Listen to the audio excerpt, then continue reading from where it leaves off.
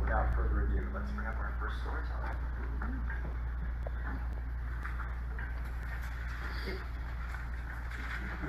This morning, Jack Turner. Ladies and gentlemen, Jack Turner.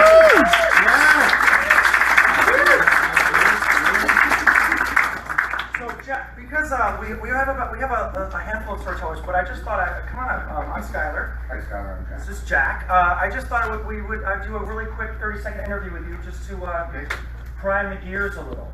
Okay. So where are you from? I live in San Diego, but I was born in Michigan and raised in Alaska. What part of Alaska? Sitka. No. Yay! I've been. Really? 3 times. I've been there at least 3 times. What's your favorite part of Sitka, Alaska? P-bar. I left at 75. Okay.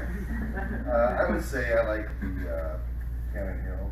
I like the bridge that used to be there. You used to have to take a ferry over to Mount Edgecombe, and now there's a bridge. The bridge is nice. The Totem Park is also very nice there. Yeah, in fact, I lived on an island at the far end, and I used to, when we walk into town, I would go to the park a lot. And that was fun. Very cool. And Mount Verstovia, right? Mount Edgecombe. Mount Edgecomb's a volcano, but Mount Verstovia is the big rocky jag that looks like that. It's an awesome hike. If you're a hiker, go hike Mount Verstovia. Anyways, is there any context or anything you'd like to set up the story before you begin? Not really. It's just kind of a story about me and life and my the work that I'm working on. So. Excellent. I forgot to mention one thing. Our theme for this evening is Rise Up. Yes. So we'll see how the storytellers interpret that. And please help me welcome David.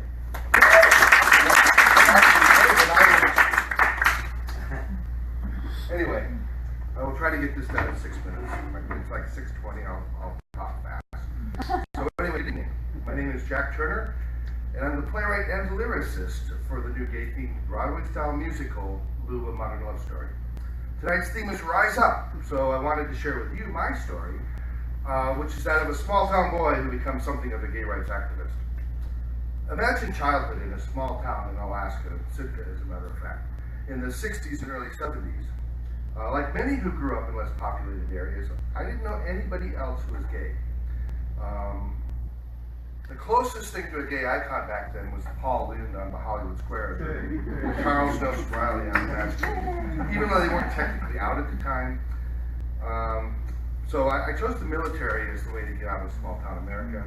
I served for 20 years, but you know, back then it was, if they found out you were gay, you got kicked out. It wasn't even don't act, don't tell for most of my career. So a part of every day that I worked in the Navy, I had to hide who I was. So anyway, I retired from the Navy finally, thank goodness. And I was free, and I joined the Gay Men's Chorus in San Diego. You know, I was in the course for 3 years under Gary Holt, a lot of you probably know him. And I was even the president for 1 year. So life was good, you know, my solitary childhood was behind me. I was in a relationship with the love of my life, and I had karaoke and musical evenings at the Westgate downtown, which is a really fabulous hotel, back when they had a piano bar, and my good friend and gifted musician, Faith Page, would play piano bar there. But all good things come to an end, so I broke up with my partner and moved to Buffalo, New York. I mean, where else would you go? So Faith moved to Santa Fe, but we kept in close contact. And one day she challenged me to write lyrics to a song. So I chose and wrote the first song I'd ever written, which was titled On the Outside Looking In. And it was about my breakup of my relationship. And I wrote the lyrics, Faith wrote the music, and I kind of thought it was over at that point, but she actually went into the studio and recorded it and sent it to me for my birthday. And I was like, wow, you know, my words, somebody's singing. And it was really a great song. And it was kind of like a drug for me because I kind of got hooked. I really liked writing lyrics. So I joined a local writers group in Buffalo, and I started writing, but you know, I really like science fiction too, so I wrote, you know, 3 or 4 science fiction books. But at some point, the bug to write lyrics kind of got me again. And Faith had an idea for a musical about kind of a mix of Aladdin and Romeo and Juliet. It was kind of like a tempest-tossed lover thing in ancient Arabic. And I wrote all the music for the entire play. But after that, I kind of had to, you know, step back for a while. I focused on my science fiction for a couple of years. And finally, I got to the point where I really wanted to write lyrics again. So at this point, a few things kind of gelled in my mind. And one of it was the silent epidemic of teenage suicide. And the continued bullying and violence that gay kids go through in high school. And I kind of wondered, are things really better today than when I grew up? And looking at the teenage suicide statistics, I would say that for a lot of kids, probably not. So one day I was watching the movie Grease, and I had an idea for creating a vehicle that would provide hope and comfort to gay youth out there, and a lot of the gay young adults. So, there's a lot of gay entertainment out there. A lot of it's dark, like that period we went through all the AIDS dramas, and a lot of it's really lighthearted stuff where you never hear even a mention of sex because, that makes it palatable for middle America. But I wanted to write something inspired by Grease, and so I had a chance to write lyrics again. But this time the lyrics would be personal. Not just words, not just music, but something that really mattered to me, something that would speak about the unique experience of growing up gay. And I decided I was going to write a musical to live their story, because their story was my story. And I really wanted to send a simple message of hope and tolerance, not just to gay people, but to everybody, to bullies and their families even, because I kind of feel that if bullies loved themselves, they wouldn't be as prone to hurting other people. So really that's the theme of the play that I've written, A Little Modern Love Story, is just love yourself, the rest will fall in place. So I finished Lube in 2012, but there were challenges. My collaborator Faith didn't really feel comfortable writing the music because she wasn't gay. So things kind of languished for a couple of years, and I moved back to San Diego.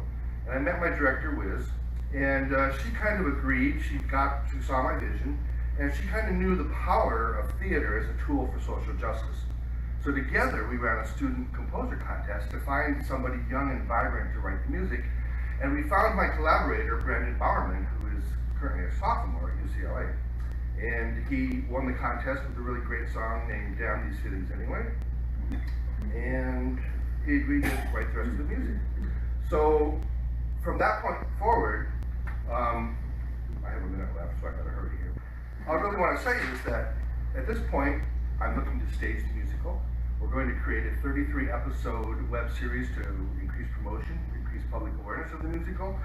And finally, I would just ask that you consider a moment. Lube makes it to Broadway. You walk in your finest tux or your sparkly dress, and there's a seat sitting there, and it has a sign that says, "Reserved in memory of Paul and Charles Nelson Riley." So at the closing of the final sequence, the audience rises, and there's Paul and Charles standing up, and they say, sending a message of solidarity, support, and love for gay youth, wherever they might be, even in a small town life.